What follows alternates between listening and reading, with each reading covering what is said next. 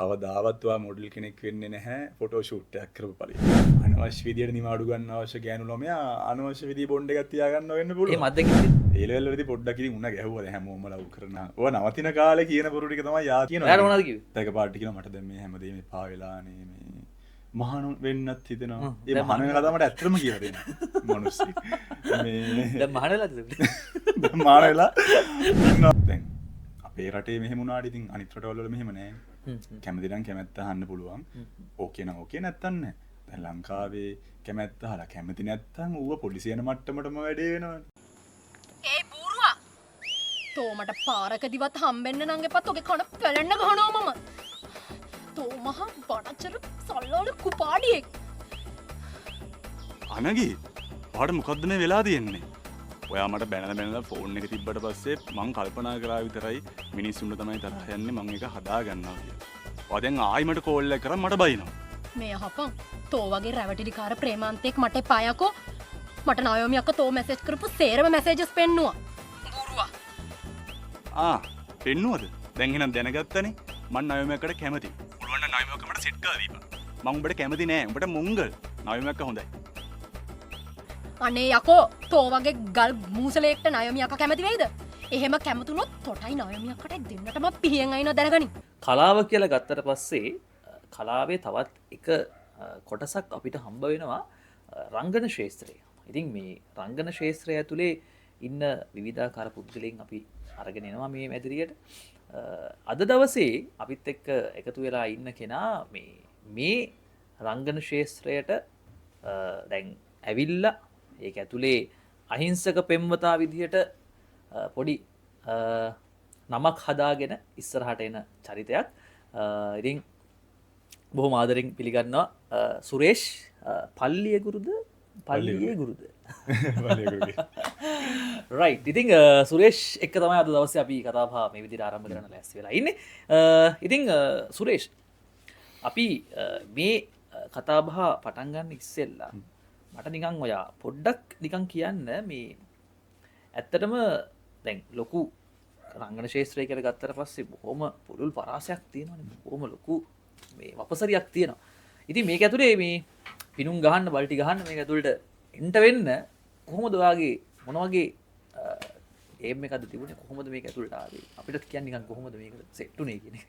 කියන්නේ මේකට ඒම් එකක් කියන අය මේ පොඩි කාලේ ඉඳන් මට මේකට ආසාවක් තිබ්බේ නැහැ. සහ මම දැනන් හිටියෙත් නෑ මේ පැත්තට මම එයි කියලා. මම ඉස්කෝලේ නායකත්ව තරමින් ස්පෝර්ට් පැත්ත තමයි ගොඩක්ම කර හිටියේ. ඉතින් මොනවාද ස්පෝර්ට් මොනවාද කරේ? හැම එකම වගේ කරා මම ඉස්කෝලේ ප්‍රධාන ක්‍රීඩා නායක. ඔය ගොඩක් වෙලාවට ඔය ප්‍රශ්නේ තියෙන එක ගොඩක් අය හැමදේම කරපු අය තමයි ඒ කියන්නේ කලා ක්ෂේත්‍රයට ආපු ගොඩක් අය ඉන්න හැමදේම කරලා හරිය නැති පාර මේක ඇතුළට වගේ ඇවිල්ලා වගේ නිකන්. ඉතින් එහෙම තමයි මම එන්නේ. මේ මගේ පොඩි කාලේ ඉඳන් ආසාව තිබ්බේ ආමි ඔෆිසර් කෙනෙක් වෙන්න. ඒක මම සමාදන් වල කියලා දෙනවා. ඉතින් ඇයි උනේ නැත්තේ? උනේ නැත්තේ කියන්නේ මට කාලෙත් එක්ක කියන්නේ යුද්ධෙත් නැති වෙලා ඇත්තටම ලොකු මේ රට වෙනුවෙන් පොඩි කුමල්සා පොඩි කේන්තියක් තිබ්බා නිකන් ඒ පිළිබඳව. ඉතින් ඒකත් එක තමයි ආසාව තිබ්බේ. හැබැයි ඉතින් කාලෙත් එක්ක ඒවත් නැති වෙලා ඉතින් රට වෙනස් පැති වලට එනකොට මට සිංහල ඒගොල්ලෙක්ද? සිංහල ඒගොල්ලේ. අනේ මම නෑ ජාතිවාදී අවශ්‍යයි. මේ එහෙම නෙමෙයි ඉතින් අර රටනේ අපිට තියෙන මෙච්චරයි ඉතින් මම ගොඩක් ආදරෙයි. ඉතින් ඒ පැත්තට යන්න කියලා කොහොම හරි ඉතින් වෙනස් වුණා කාලෙත් එක්ක. විශේෂම පොයින්ට් එකක් තමයි මගේ ජීවිතය වෙනස් කරපු මේ කොවිඩ් ප්‍රශ්නේ. මේ කොවිඩ් එක තමයි අයියේ මේ පැත්තට එන්න මට සමහර අවස්ථා ටිකක් හම්බෙන්නේ. ඉතින් මම විශේෂයෙන් වෙන්නේ නිරූපණ ශිල්පියෙක් විදිහට. ඉතින් ඒ පැත්තෙන් ඇවිල්ලා යම් කිසි කාලයක් එක ඉන්නකොට අවුරුදු කුමාරයා මොකක් හරි අවුරුදු කුමාරයා පැජන්ට් ගණනාවක් මම දිනලා තියෙනවා. ඉතින් නිරූපණ ශාස්ත්‍රෙත් එහෙමයි. ඉතින් ඒවත් එක්ක තමයි මම මේ ශාස්ත්‍රයේ ඉන්නකොට රංගපාන්න ඕන කියලා මට හිතුනේ. ඉතින් ඔහොම ඉඳලා ඉතින් මම ඔය ඔඩිෂන්ස් වලට එහෙම සහභාගී වුණා. දැනට කොච්චර කාලද මේකට ඇවිල්ලා මේක? රංගපාන කියලා නැත්තම් මේ ඔක්කොම. ඒ කියන්නේ මේ රංගන ශාස්ත්‍රයට ඔයා ඇවිල්ලා සාමාන්‍යයෙන් අවුරුදු 3ක් වගේ. අවුරුදු 3ක්. ඒතර කොච්චර නිර්මාණ ප්‍රමාණයකට එකතු වෙලා ඉන්නවද? දැනට ඒ කියන්නේ මේන් රෝල් වලින්ම ගත්තොත් 3ක් 4ක් වගේ මම කරලා තියෙනවා. ඉතින් අනිත් ඒ මොනවාද ඩ්‍රාමාස් මොනවාද? නිකින් කුසුම් ටීවී දෙරණ සෙනසූරේ බණ්ඩාර කියන නමින්. ඉතින් ඊට පස්සේ ආදර ගීතයක් ජනිත් ඊට පස්සේ ලලයි ලලයි එකේ විශේෂ එකක් හම්බුණා. ඒක මේ සෑහෙන වෛරල් ගියා. ඒක අර මේ ගෑල්ලෝ මට කේන්ති කියලා තේ ඔප්පෙන් ගහන සීන් එකේම සෑහෙන වෛරල් ගියා. මොකද ලංකාවේ මිනිස්සු හරි ආසයි නේ වලට. කාටරි ගහන බලන්නේ. මේ ඊට පස්සේ දැන් මේ දවස්වල හිරු රිවිය කියනවා මාස්ටර්ස්. ඒකේ සදීර කියන IT සර් විදියට මම රංගනෙන් දායක වෙනවා වෙන ස්වර්ණ වාහිනියම. ඒකේ රාම් කියන කැරක්ටර් එකකින් යනවා. ඉතින් තව ලස්සන ගොඩක් වැඩ ටිකක් එන්න තියෙනවා. හැබැයි මේ ඒවා තාම ටෙලිකාස්ට් වෙන්නේ නැහැ. වෙන මගේ ෆිල්ම් 3ක් මේ දවස් රූපගත කිරීම වෙනවා. ඉතින් ඔය ටික තමයි. වැඩ ටික කරගෙන කරගෙන ෂේප් එක යනවා. රයිට් ඉතින් තව පොඩි කතන්දර ටිකක් තියෙනවා ඉස්සරහට කතා කරන්න. ඊට කලින් මේ මට චුට්ටක් කියන්න නිකන් වාගේ දැන් මේ රංගන ක්ෂේත්‍රය ගත්තට පස්සේ මේ කලාවනේ මොන වුණත් මේ කලාව. ඒකෝට මේ කලාව ඇතුලේ අපි දකිනවා ගොඩක් අය දැන් සමහරක් රටවල් වල ගත්තට පස්සේ ඒගොල්ලන්ගේ වෘත්තියම කලාව. කියන්නේ වෘත්තිය ඒගොල්ලන්ගේ කලාව. ඒගොල්ලන් එකෙන් තමයි හම්බ කරන්නේ. ලංකාවෙත් එහෙම කට්ටිය ඉන්නවා උඟක්. ඉතින් මේක ගැන මොකද්ද වාගේ මේ කලාව කාලද කලාව කමින් යනවද කලාවත් හොඳට වැඩේ කරගෙන යනවද මොකක්ද ඔයාලට තියෙන වාගේ විෂන් එක කොහොමද කියන්නේ? මම මෙහෙම කියන්න. ඒ කියන්නේ මගේ අත්දැකීමත් එක්ක කියන්න බෑ. මොකද දන්න දේවල් කියන්න යනවට වඩා නේ අපි දන්න දේ කියන්න බෑ. ඉතින් මම මේකට එන්න කලින් මම යම්කිසි රස්සා වගේක් කරගෙන හිටියා සහ මාසෙට හොඳ දැනෙන earn එකක් ගත්ත කෙනෙක්. ඉතින් මේ එහෙම ඉන්නකොට දැන් මේ පැත්තට කොවිඩ් ප්‍රශ්නත් එක්ක අපේ කම්පැනිස් වැහුණා. ඒ දේවල් එක්ක තමයි මම මේ පැත්තට ආවේ. ඉතින් මේ වැඩේ කියන්නේ මේ මුල් දවස්වල කොහොම හරි ඔය සමහර දේවල් වලට සහභාගී වුණාම මේ නොහිතන විදිහේ අපිට පේමන්ට් එකක් හම්බුණා. ඒ කියන්නේ කොවිඩ් එනවත් එක්කම වගේ මම මේ කියන්නේ. ඊට පස්සේ දැන් ඒ ආසාවත් එක්ක මම හිතුවා හරි. මම මේකේ ඉඳන් මේ ගමන යනවා කියලා. අවුලක් නැහැනේ. සාමාන්‍යයෙන් පඩියක් ගත්තට වඩා හොඳ ගාණක් මම මාසෙට ගත්තා. ඔන්න ඊට පස්සේ පොඩ්ඩක් රට වැටිලා ප්‍රශ්න වෙලා මේ වැඩ නැවතිලා ආයි පටන් ගන්නකොට ඒ කලින් හම්බුණ වටිනාකම් හම්බුනේ නැහැ. ඒවා අඩු වුණා සෑහෙන. ඊට පස්සේ ඇත්තටම ඉතින් කාලයක් යද්දි මේ පොඩ්ඩක් මම මැද්දෙන් හිර වුණා. ඉතින් ඊට පස්සේ මට යම් කිසි දේවල් ටිකක් ස්ටාර්ට් කරන්න වුණා. ඉතින් මගේ පොඩි බිස්නස් වැඩ වගේකුත් යනවා. ඒ ගමන් මගේ මේ ඔෆිස් එකෙත් මම වැඩ කරනවා. ඉතින් එහෙම තමයි යන්නේ. ඉතින් ඔයා අහපු කාරණෙත් එක්ක ගත්තොත් මට හිතෙනවා විශේෂයෙන්ම කොල්ලෙක් ඉතින් මේ ෆීල්ඩ් එකට ඇවිල්ලා ලොකු ස්ථාවරයක් වෙනකන් අනිවාර්යෙන්ම මේ තව ආදායම් මාර්ගයක් තියාගන්න වෙනවා. මේකෙන් ගොඩ යන්න බෑ. ගොඩ යන්න පුළුවන්. අනිවාර්යෙන් ගොඩ යන්න පුළුවන්. මේ දැන් මට හම්බුණ chance සමහර අවස්ථා හම්බෙලා තියෙනවා මම දිනපු තරඟ නිසා. ඉතින් සමහර ඒවා මගේම කැපකිරීම නිසා හම්බෙලා තියෙනවා. හැබැයි මේක යනකොට මට තේරුම් දෙයක් තමයි ඒ කියන්නේ අපේ තියෙන රූපේට එහෙම නැත්නම් ඒ දෙයට හම්බෙන chance එක යම්කිසි කාලයක් තියෙනවා. ඉතින් මට මේ පිළිබඳව වැඩි දුර මේ ඉගෙන ගන්න අවශ්‍ය වුණා. ඉතින් මේ දවස්වල මගේ වෙනම course එකක් යනවා. ඉතින් advance මේ acting සම්බන්ධ. ඉතින් මම එහෙම කරන්න හේතුව එහෙම කරගත්තොත් මට හිතෙනවා මේක ස්ථාවරයක් හදාගන්න පුළුවන්. මොන දේ තිබුණත් ඉගෙනීම නැතු බෑ. බෑ. කිසිම දෙයක බෑ. දැන් නිරූපණය මම අවුරුදු 2ක් වගේ හදාලා තියෙනවා. දැන් ওই සමහර අය හිතන් ඉන්නවා දැන් අපි දකිනවා ඉගෙන ගත්තේ නැත්නම් O level ෆේල් වුණත් O level පාස් වුණා වෙන ගමන් ටක් ගාලා ගිහලා ෆොටෝ ෂූට් එකක් කරලා මේවා කරලා එහෙම ශේෂ්ත්‍රයට මම පහුගිය දවස්වල මම කියන්නේ මේ මම කාටවත් අපහාස කරනවා.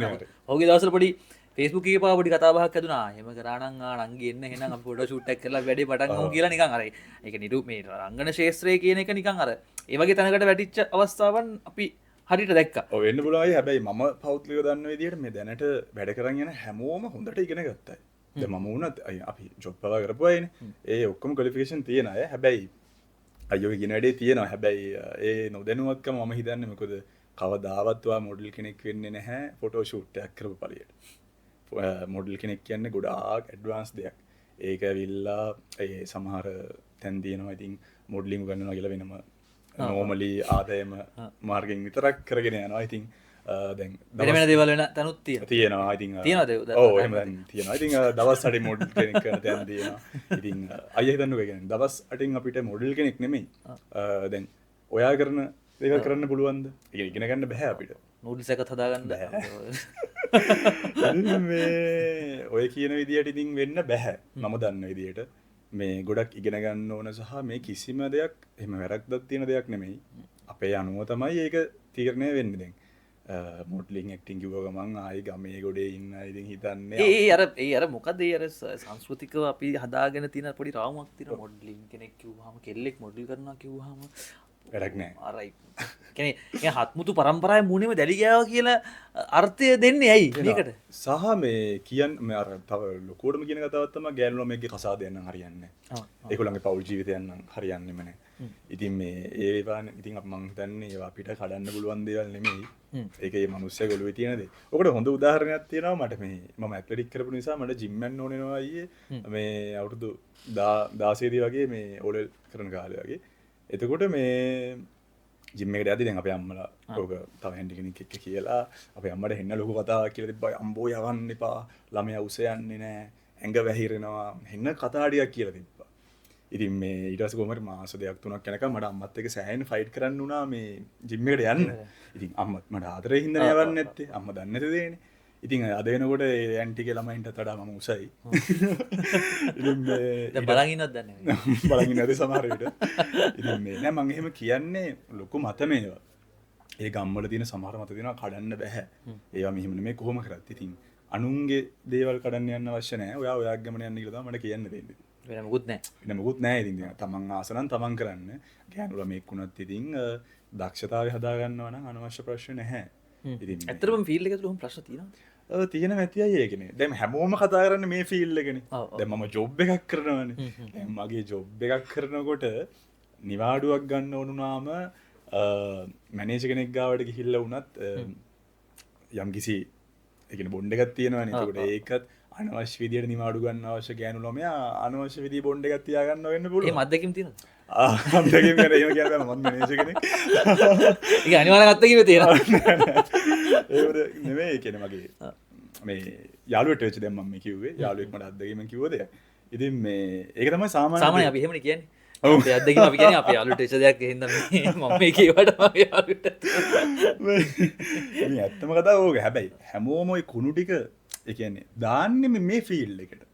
දැන් ඇත්තටම වැරද්දක් කියනවා නම් මටත් කියන්න පුළුවන් මෙහෙම වැරද්දක් කියනවා කියලා. හැබැයි එහෙම වෙන්නේ නැහැ.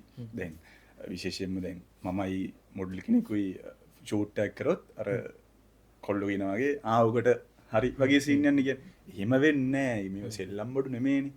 එහෙම දෙයක් වෙන්න නම් මොකක් හරි ඒ කියන්නේ මේක ඒක ඉතින් ඕනම ශාස්ත්‍රයක ගෑනු ළමයා කැමති නම් පිරිමි ළමයා කැමති නම් ඒක ඒ දෙන්න කරගන්නවා. ඒක ශාස්ත්‍රීය ප්‍රශ්නයක් නෙවෙයි. ඒක ඒ දෙන්නගේ ප්‍රශ්නයක්. ඒ දෙන්නගේ ප්‍රශ්නයක්. දැන් හැමෝම මේකටනේ දාන්නේ. දැන් ওই ජොබ් වල ගත්තම සෑහෙන්නම වෙන දෙයක්. ඒතකොට දැන් කැපිලි දැන් තව කියන දෙයක් තමයි මේකේ ගොඩක් කැපිලි කෙටිලි වෙනවා කියන. දැන් කැපිලි කෙටිලි ඔෆිස් එකක නැද්ද?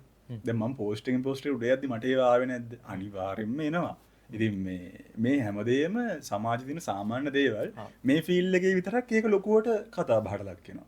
ඒ කියන්නේ අර ඒ ෆීල්ඩ් එකේ ඉන්න මිනිස්සු ඒක වයිරල් කරන හින්දා හින්දා වෙන්න පුළුවන්. දැන් අනිත් එක තමයි දැන් අපිටම අපේ ෆීල්ඩ් එකේ නිලියක් කියලා. එයා FAS 3කට ගියොත් ඒ කියන්නේ හදන්න තියෙන නරකම ළමයාට හදනවා. හැබැයි ගමේ ඉන්න ගෑනු ළමයායි අවුරුද්දක් ඇතුළත FAS 20කට වඩා ගිහිල්ලා තියෙනවා. හැබැයි කවුරුත් දන්නේ නැහැ. ඉතින් එයා හොඳ සීදේවි ළමයා. ඉතින් මන් දන්නේ ඇත්තටම ඇයි මෙහෙම සමාජය හැදෙන්නේ කියලා. සමහර විට ඉතින් අර නිලියක් යාළු වෙන එක ප්‍රසිද්ධ වෙන හින්දා වෙන්නත් පුළුවන්. මේ දැන් ඔයාම නිකන් කියන්නේ මං කියන කතාව. ඔව් ඔව් ඒක අර සමහරක් වෙලාවට ඒක එළියට යන්න විදියක් නැහැනේ ගමේ ළමයාගේ. ඒක යන්න විදියක් නැහැ. එකට වුණොත් ඒක එළියට යන්න තියෙන සම්භාවිතාවය වැඩි. ඒක කැමරාස් වලින් පේනවා මිනිස්සු ඒ කියන්නේ කරන්න පුළුවන් හොඳම දේවල් ටික ඒකට කරනවනේ. දැක්ක ගමන් ටක් ගාලා අන්න අරයත් එක්ක ගියාන්න මෙයා මම අහවලත් එක්ක ගියා කියලා ටක් ගාලා ඒක ටක් ගාලා ඒක වයිරල් කරනවා. හැම තැනම මේ දේවල් වෙනවා. නමුත් එළියට එනවා මේ ශාස්ත්‍රයේ. මේ ශාස්ත්‍රයේ. ඔක තමයි කතාව. ඉතින් මේ ඇත්තටම මේ කියන්නේ ඔය ජීවිතයත් එක්ක ගත්තට පස්සේ ජීවිතය හා සම්බන්ධව මේ ශාස්ත්‍රයට එන කෙනෙකුට එයාගේ පෞද්ගලික ඒ කියන්නේ එයාගේ ප්‍රයිවට් ෆැමිලි ලයිෆ් එක ඇතුලේ අර සංස්කෘතිකව හිතන මිනිස්සුත් එක්ක එයාට ගැටෙන්න අපහසුතාවයක් තියෙනවා මේ ෆීල්ඩ් එක ඇතුලේ. ඒ කියන්නේ ලෝය කෙනෙක් නම් ඩොක්ටර් කෙනෙක් නම් එහෙම නැත්නම් මොකක් හරි හොඳ එක්සිකියුටිව් කෙනෙක් නම් මොකක් හරි ආයතනයක එයාට ප්‍රශ්නයක් නෑ. ඕකේ. එයා මොනවා කරත් ඒ ආයතනයේ එයා තව ලෝය කෙනෙක් එක ගියත් එයා මොනවා කර මගේ වෘත්තිය අපහසු කරනවා නෙමෙයි. කියන්නේ ඕනම කෙනෙක් එහෙම ගියාට ආරයි මෙයා ලෝයනේ. මෙයා මෙහෙමනේ කියලා අර ඒ ලේබල් එක දෙනවා. හැබැයි අර මේ ෆීල්ඩ් එක තුල කෙනෙක් එහෙම දෙයක් කරපුවම ඒකනේ අපි කිව්වේ රඟපාන්න ගියාම ඕක වෙනවා කියලා. ඒ මොකක්ද ඒ ගැටීම?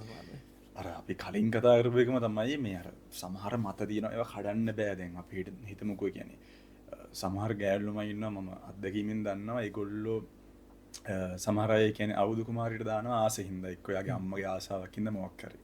එයා ඒකට ගිහිල්ලා වින් කරනවා හෝ ෆයිනල් 12 වලට සිලෙක්ට් වෙනවා කියන්නේ සාමාන්‍යයෙන් ෆයිනල් 12 සිලෙක්ට් වුණත් ඔපචුනිටිස් හම්බෙන අවස්ථාව වැඩි කියන්නේ. ඒ කියන්නේ සමහර විට දිනපු අයට ඇරෙන්න ඒ 12 වෙන දක්ෂ කෙනෙක් ඉන්නව නම් රඟපාන්න එයාට chance එක හම්බෙනවා.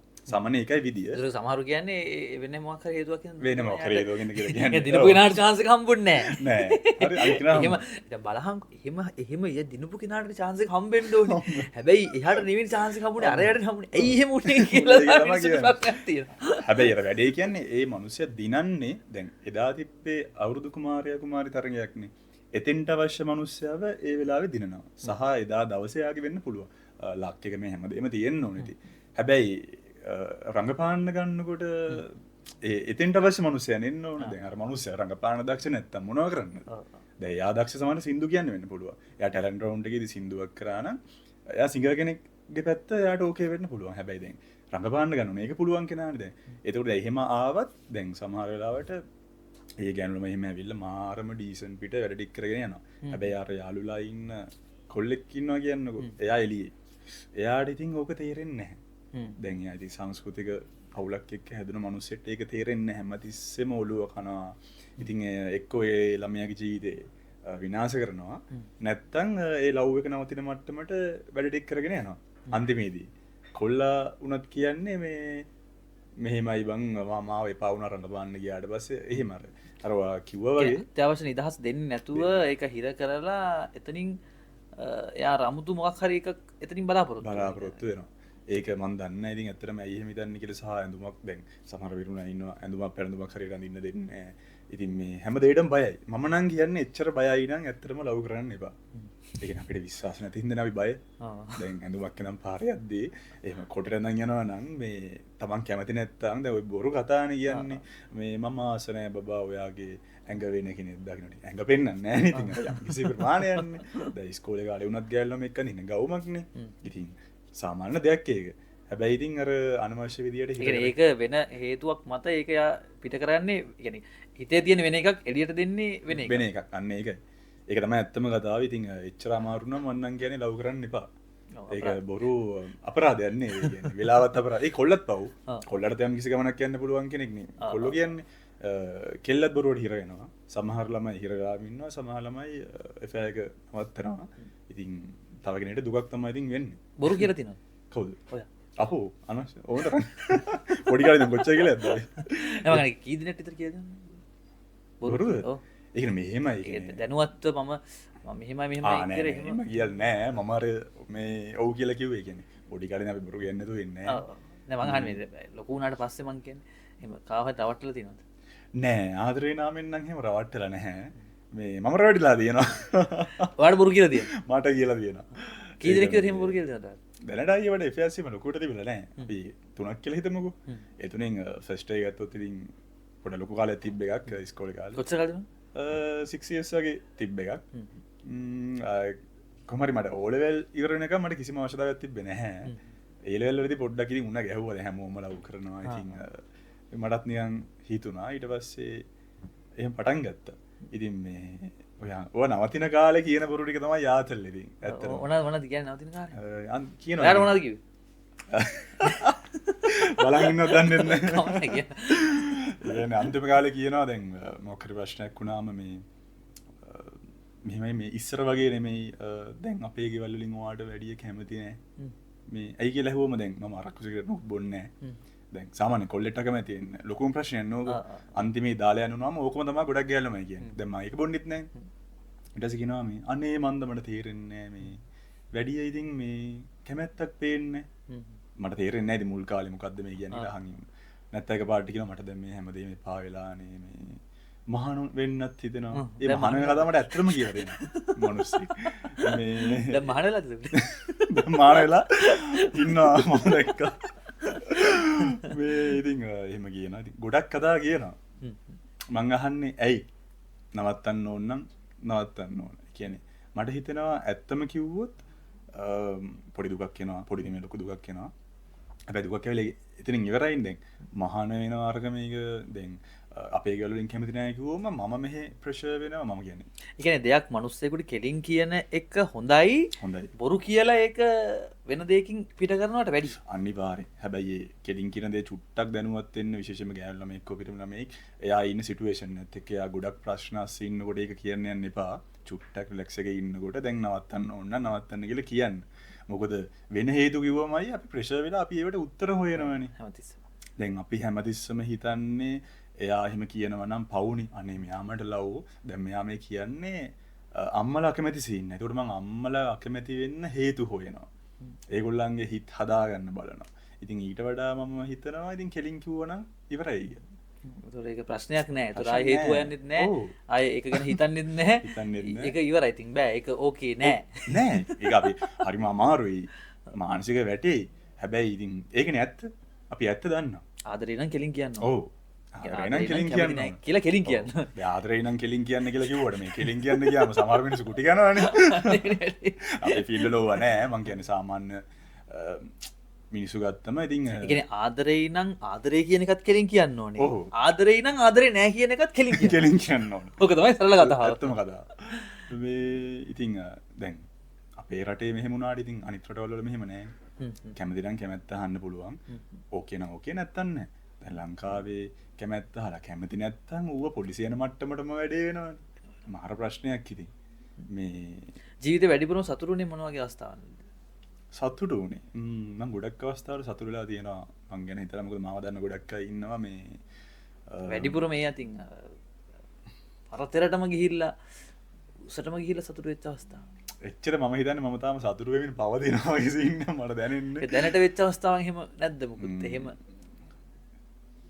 විශේෂයක්ම නෑ. ඉතින් මේ ෆීල්ඩ් එක ගැන ගත්තොත් කිව්වොත් මෙහෙම එකක් තියෙනවා දැන්. මුල් දවස්වල මම තරඟ වලට යනකොට මාව මේ අන්තිම 100ටවත් සිලෙක්ට් වෙන්නේ නෑ.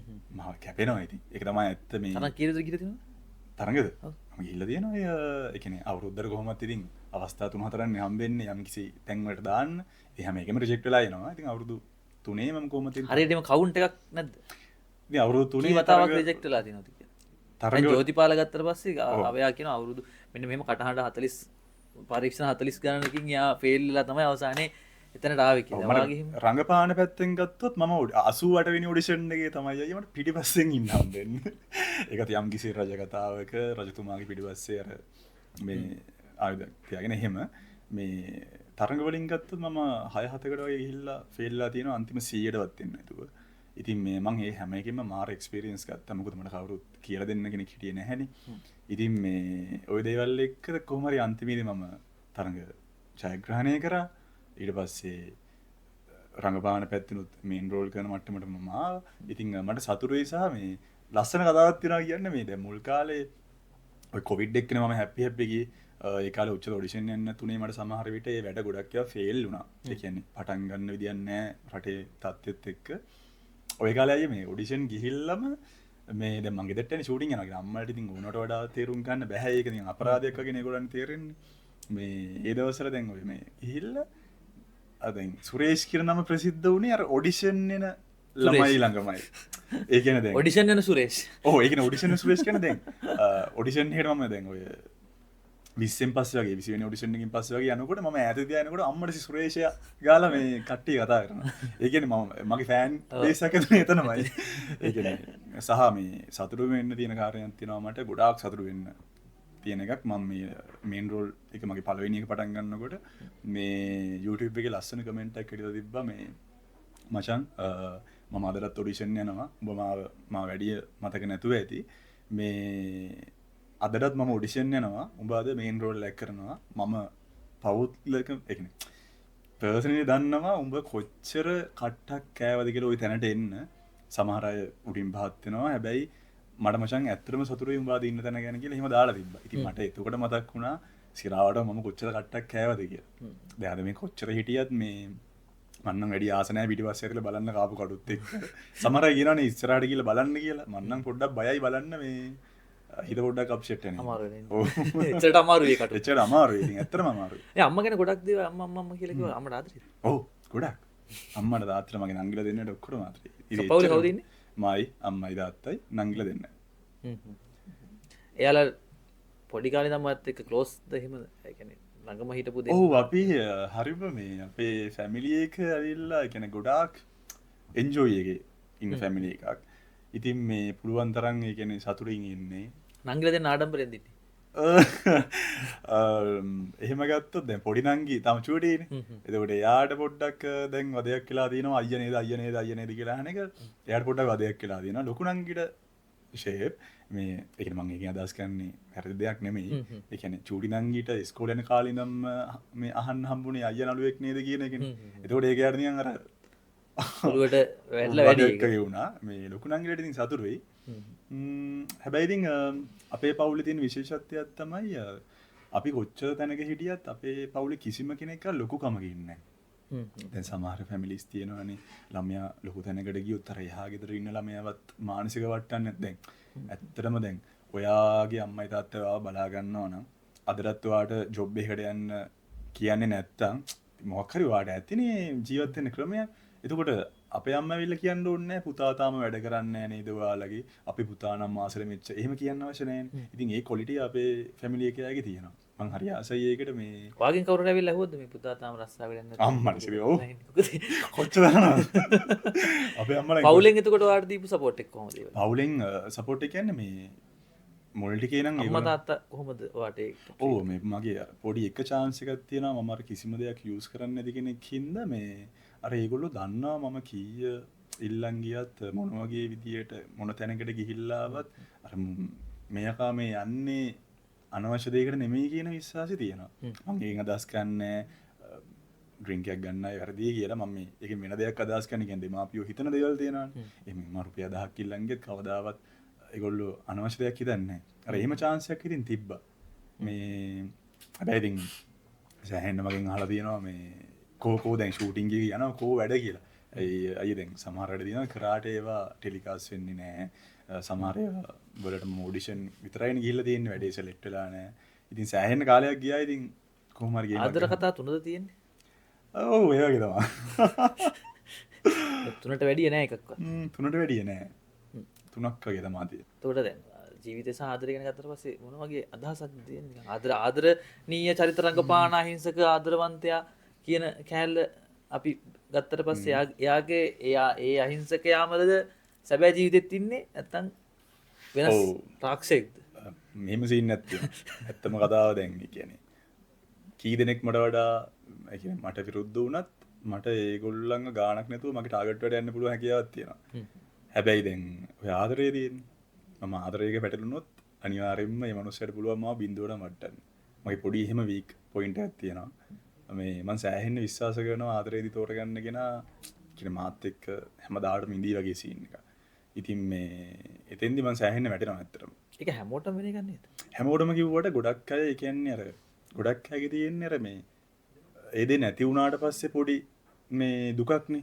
මගේ තියෙන්නේ නැති වෙන එකට වඩා මම අර ඒ මිනිස්සුන්ව විශ්වාස කරනවා ගොඩක්.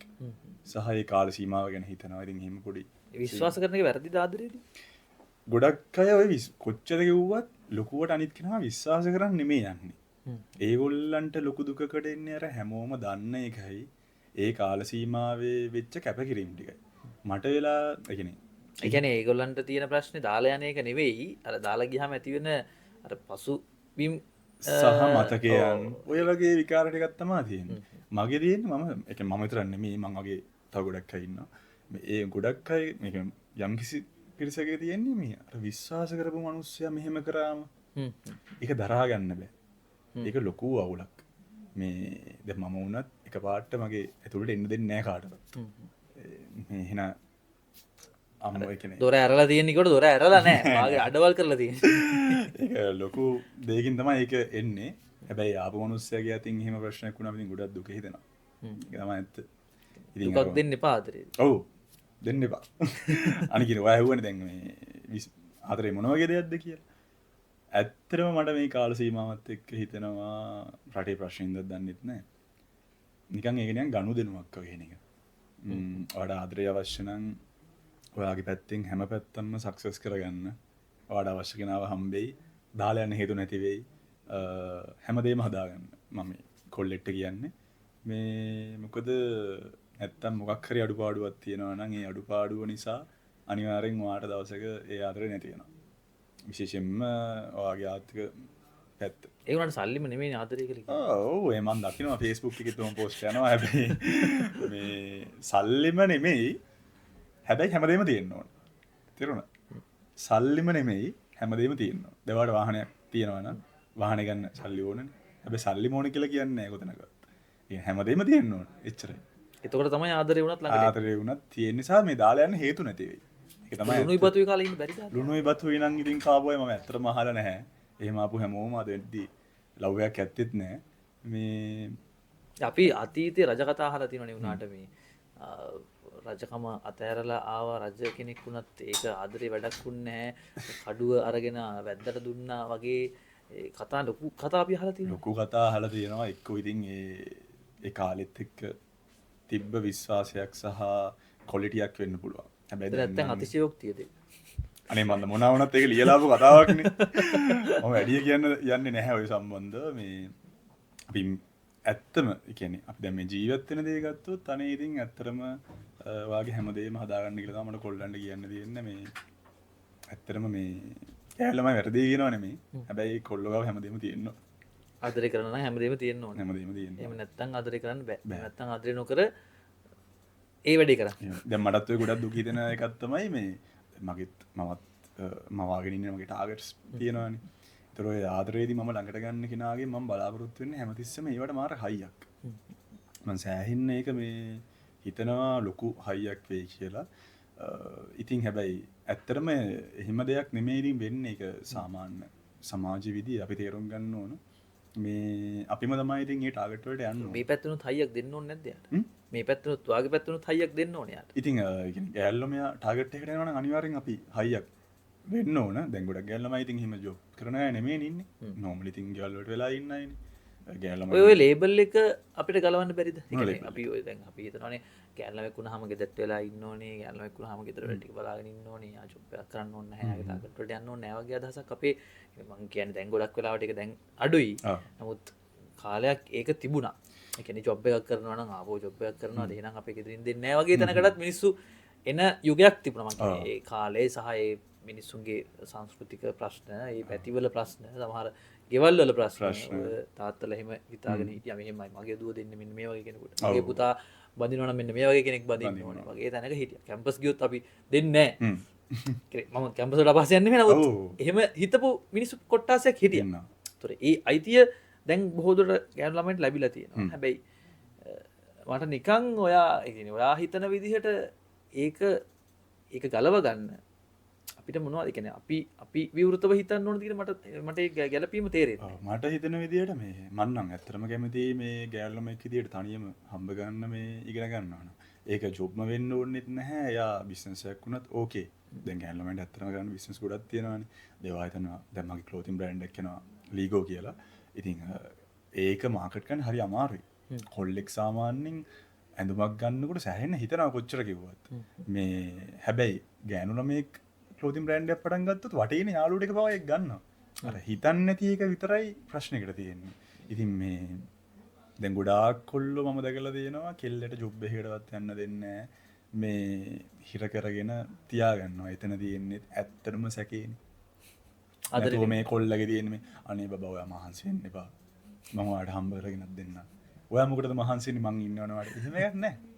තනිකරම තියෙන දා සැකයක්. පට්ට සැකයක් තියෙනවා. රස්සාවට ගියොත් මට මෙයා නැති වෙයි කියන බය. රස්සාවට ගියොත් මට වඩා ලස්සන කොල්ලෝ ඉඳී. මට වඩා දක්ෂ කොල්ලෝ ඉඳී. අනිවාර්යෙන් මෙයා යාළුවෙයි කියලා තමයි හිතන්නේ. හැබැයි ඇත්තට මෙහෙම සැකයක් තියෙනවා නම් ඇත්තට මේ ගෑනු ළමයාගෙත් එහෙම පොඩි වීක් පොයින්ට් එකක් තියෙනවා නම් ඊට වඩා හොඳ කෙනෙක්ව හම්බුනොත් යාළු වෙන මට්ටමේ සමහර කොල්ලන්ට දැනෙනවා. එහෙම. ඒක තමයි ඇත්ත. සමහර ගෑනු ළමයි ඉන්නවා ඇත්තටම මේ එහෙම ගෑනු ළමයි ඉන්නවා. අපි ඇත්ත කියන්න බෑ. එතකොට ගෑනලා බලනවා. ගෑනලා බලනවා. ඒක තමයි. මාතේ තරහින් දන්නේ නැහැ. එහෙම නෑ. ගොඩක් ගෑලා වෙනවා හරිම හොඳයි. මේ මං කියන්නේ සමහර ගෑනු ළමයි ඉන්නවනේ. තමන්ගේ ඉන්න කෙනාට වඩා මොනවා හරි ක්වොලිටිස් දැක්කොත් ප්ලග් වෙන්න සම්භාවිතය වැඩි. හැබැයි ඉතින් එහෙම වෙනවා කියලා ඔයාලට තේරෙනවා නම් බැඳපු කාලේ හරි ඒක වෙනවා. ඒක ජොබ් එකකට යවන්නම කියලා දෙයක් නැහැ. බැඳලා පස්සේ හරි අවුරුදු 50කින් හරි වෙන්න පුළුවන්. වෙනවා. ඔය Facebook account එකෙන් හායියක් ඇවිල්ලා වෙන්නත් පුළුවන්. මොකක් හරි වෙන්න පුළුවන්. ඉතින් මේ මන්නම් කියන්නේ ඉතින් උපරිම නිදහස දෙන්න. ඒ කියන්නේ එෆේ එකක් පටන් ගත්තම මේ අවුරුද්දයි නම් උඩරම නිදහස දෙන්න. දීලා බලන්න සිලෙක්ට් කරගන්න සුදුසුද නැද්ද කියලා. සුදුසුද නැද්ද කියලා.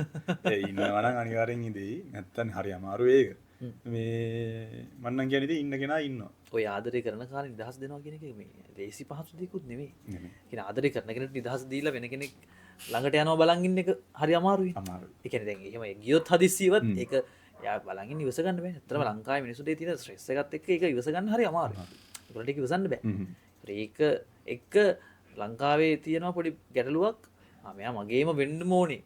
විය යුතුමයි. විය යුතුමයි. නේ නැත්තම් මරාගෙන හරි මේක මගේ කරගන්නවා කියන දන ගොඩක් කට්ටිය ඉන්න. ඒක ආදරේ නෙමෙයි. ඒක මං හිතන්නේ වෙන මොකක් හරි. එතන තියෙන්නේ පොඩි මොකක්ද පෙරේතකමක් වගේ දෙයක් නේද?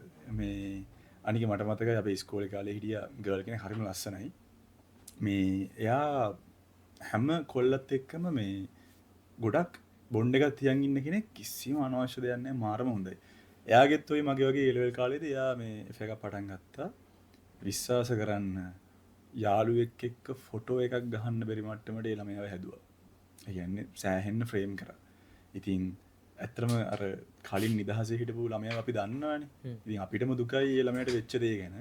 ඉතින් මං හිතන්නේ මේ වෙද්දි එයාගේ ෆෑ එක නැහැ. ඉතින් ඒ කාල සීමාව සෑහෙන්න අපරාධයක්. ඉතින් නීති දාන්න එපා. ආදරේ නිසා කාලනාස්ති කරන්න එපා. එපා. ඒකම අනිත් පැත්ත තියෙනවා කෙල්ලොත් දාන්නේ කොල්ලන්ට නීති. නිදහසේ දුවල පැනලා ඉන්න කොල්ලෝ ටික මේ ලව් එකක් පටන් ගත්තට පස්සේ ඩොක් කරලා නවතිනවා. උට යාළුවෝ තමද කියනවා. එහෙම සෑහෙන දේවල් වෙනවා. ඊට පස්සේ යාළුවෝ බයිනවා උට ගෙම්බෙක් වෙන්න එපා. එපා. ඊට පස්සේ අන්තිමට බූට ගෑවට පස්සේ තමයි අමාරුම දේ. බූට ගෑවට පස්සේ ආපහු යාළුවෝ ගාවට යද්දි තමයි දැන් හරිද? රෙදි යන යන්නත් බෑ ඊට පස්සේ. ලැජ්ජයි. රයිට් ඉතින් ගොඩක් දේවල් ගැන අපි කතා කරා මේ සුරේෂ්. ඇත්තටම මේ ලංකාවේ තියෙන ගොඩක් අයට තව ප්‍රශ්නයක් තමයි මේ දැන් ව්‍යවසායකත්වය සහ ගොඩ යන්න ටාගට් එකකට යන්න ඕනේ. දැන් අපි ආදරය ගැන කතා කරා මේ දේවල් වලින් හෙම්බත් වෙලා ඉන්න පිරිසක් ඉන්නවා වැඩේ කරගෙන යන පිරිසක් ඉන්නවා මේ ඔක්කොමත් එක්ක මිනිසුන්ට තියෙන තවත් ප්‍රශ්නයක් තමයි මේ අපි ගොඩ යන්න ඕනේ. ගේමක් ගහන්න ඕනේ. ටාගට් එකට යන්න ඕනේ. මොනවද කරන්න ඕනේ? ඒක නම් මේ ලොකු කතාවක්. මොකද මේ මමත් කියන්නේ තාම ගොඩක් දේවල් හොයමින් යන කෙනෙක්. මං දන්න දේවල් විතරයි ඇත්තටම කියන්න නිසා මම විඳපු අත්දැකීම් විතරයි. ඔය දන්නේ නැති ඒවා නම් මම කියන්න යන්නේ නැහැ. මම දන්න අය දන්නවා. දැන් මමත් ඇත්තටම මූ මොනවද මේ කියන්නේ? ඔව් ඒ කියන්නේ දන්නේ නැත්තම් දන්නේ මූ මොකද මූ මොකෙන්ද අපිට මෙහෙම ටෝක් දෙන්න වගේ දෙන්න මූ මොනවද කරන්නේ දැනට මුට මොනවද තියෙන්නේ දැන් ඉතින් ඔබ දැන් ඔය කියන විදිහට ඔබ කරගෙනද තියෙන්නේ කරගෙන යන්න හරි ඇත්තනේ මම නම් කියන්නේ ඒක ඇත්ත. දැන් මම මෙතන එල්ලා BMW කාර් එකක් ගැන කියනවා නම් කොල්ලෙක් වුණාම මෙහෙම ගන්නවා. එහෙනම් මට තියෙන්න ඕනේ ඒක. මට නැතුව මං එක් කියලා හරියන්නේ නැහැ නේ. අම්මලගේ සල්ලි වලින් ගත්තයක් වුණාට වැඩක් නැහැ. වැඩක් නැහැ. හැබැයි අර මෙහෙම දෙයක්ත් තියෙනවා ඉතින් දැන් තමන්ගේ අම්මගේ තාත්තගේ සල්ලි ඉතින් තමන්ගෙන් ඒක හම්බුනට කමක් නැහැ. මම ඒක නම් වැරද්දක් කියන්නේ මේ හැබැයි ඉතින් අර මට තියෙන දේවල් සහ මට තියෙන අත්දැකීම් එක්ක තමයි මම කතා කරන්නේ. ඔය ව්‍යවසායකත්වය කියන්නේ ඔණ්ඩවන කෙනෙක් කියන්නේ ඇවිල්ලා ඒක ගොඩාක් මං හිතන්නේ සෑහෙන අත්දැකීම් අරගෙන බිහි වෙන්න ඕන කෙනෙක්. ඉතින් මේ දැන් මමත් යම් කිසි බිස්නස් පටන් ගත්ත සමහර ඒවා ෆේල් වුණා සමහර ඒවා කරගෙන යනවා දැනට. ඉතින් ඒක සෑහෙන ලොකු දෙයක්. මේ ඉතින් ඒ පිළිබඳව ඉගෙන ගන්න ඕනේ දැන්. ඔයා කතා කරන දැන් මේ දවස්වල රට යන විදියත් එක්කනේ ඇත්තටම දැන් මේ දවස්වල රටේ පවතින තත්ත්වෙත් එක්ක හැමෝම හිතන්නේ වෙන රටකට ගිහිල්ලා ජීවත් වෙන විදිය. ඉතින් මම තනියම හිතලා දෙනවා ඉන්න වෙලාවට දැන් අපි හිතමු ජපන් කියලා.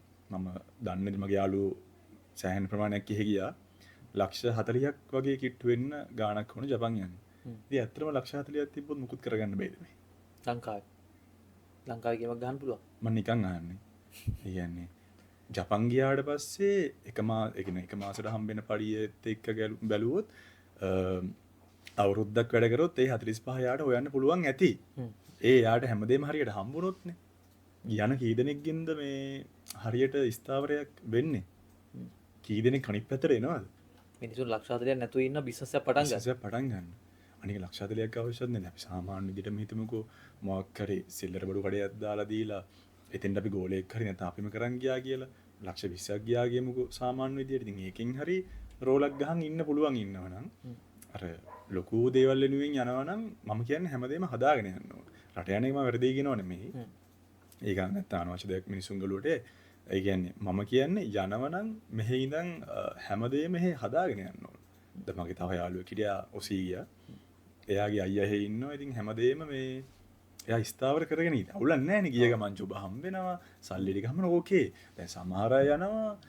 දැන් ඩුබායි ගියා මම දන්න කට්ටියක්. ඒගොල්ලන්ට එතන ඉන්න තැනක්වත් හම්බෙලා නැහැ. ඒගොල්ලෝ පාරවල් වල තමයි නිදාගෙන තියෙන්නේ. ඉතින් අනිත් පැත්තට ආයි මෙහෙ ආවා. ඔය ගොඩාක් අත්දැකීම් වගේ තියෙනවානේ. ඔව්. යාළුවෝ ගැන ගත්තට පස්සේ මේ යාළුවෝ කී දෙනෙක් විතර ඉන්නවද? අම්මට ඒ කියන්නේ ඉස්කෝලේ කාලේ ඉඳන් ගත්තොත් නම් මට යාළුවෝම තමයි ඉතින්. දැනට යාළුවෝ කී දෙනෙක් ඉන්න ජීවිතේ? කී දෙනෙක් කියලා කියන්න බෑ මට හැමෝම යාළුවෝ මට හොඳම යාළුවෝ කියලා විශේෂිකුත් නැහැ කියන්නේ මට මිනිස්සු මාර ආතරේ මොකද මමත් ඒගොල්ලන්ට අවශ්‍යම වෙලාවට උදව් කරනවා දැන් අදටත් මං ඉන්නේ මේ වෙනමම ෆීල්ඩ් එකකනේ යාළුවන් මාව ගොඩක් මිස් වෙනවා ජීවිතේ වරදින්න ඇසුර බලපානද?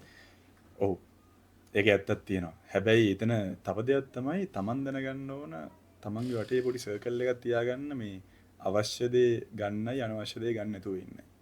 ඒක තමයි ඇත්ත. මේ මොකද මමත් ඔය හැම විදියෙම යාළුවා ආශ්‍රය කරනවානේ. ඇත්තටම මේ ගොඩාක් අය කියනවා මේ ඔය මේ එක එක දේවල් පොවන්න try කරනවා කියලා. edit කරන්න.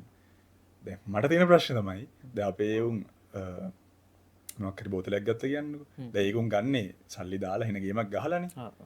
උන් කාටවත් මේ බලෙන් පොවන්න යන්නේ නැහැ. උන්ටත් ඒක බොන්න මදි. එතකොට මම අහන්නේ කවුද බලෙන් පොවන්නේ? ඒක මම දන්නේ නැහැ. දැන් ඔය කුඩු පැත්තිනුත් එහෙම කියනවා. හැබැයි මේ මම දන්න පිරිසක් ඉන්නවා ඉතින් ඒගොල්ලොත් එහෙම නෑ. උන්ගේ අවශ්‍ය ගාන හොයාගන්න වෙන ගේමක් දීලා.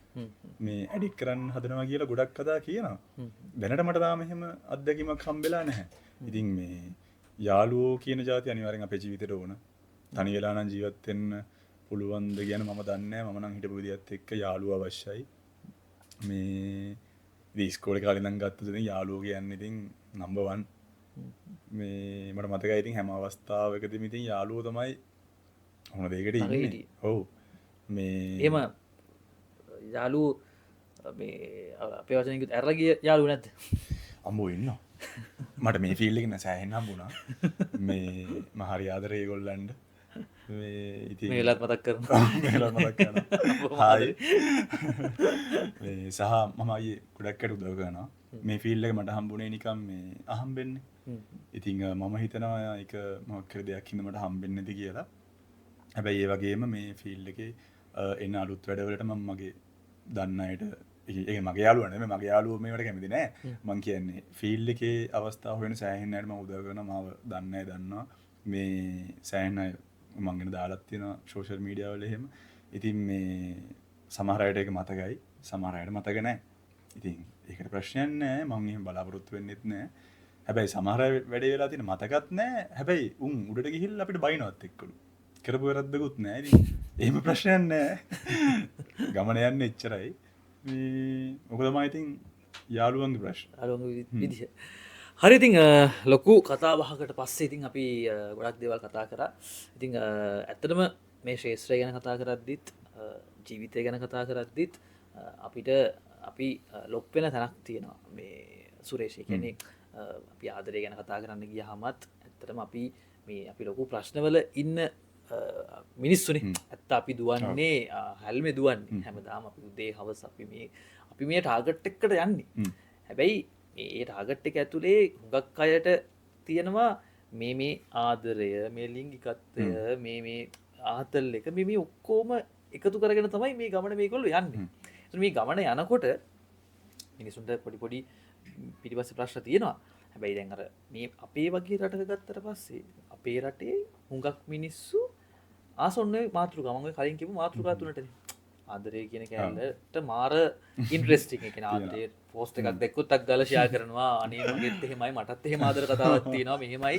එහෙම කියලා ඊට පස්සේ මොනවා හරි සෙක්ස් හරි ලිංගිකත්වය සම්බන්ධ මොනවා හරි දෙයක් දැක්කොත් ආයෙකත් මරු ඒක සමහරු ෂේප් එකේ ෂෙයා කරනවා. සමහරු ෂේප් එකේ ලයික් එකක් දාලා දෙනවා. ආයෙ මට මේක දකින්න ලැබේවා කියලා. හරිද?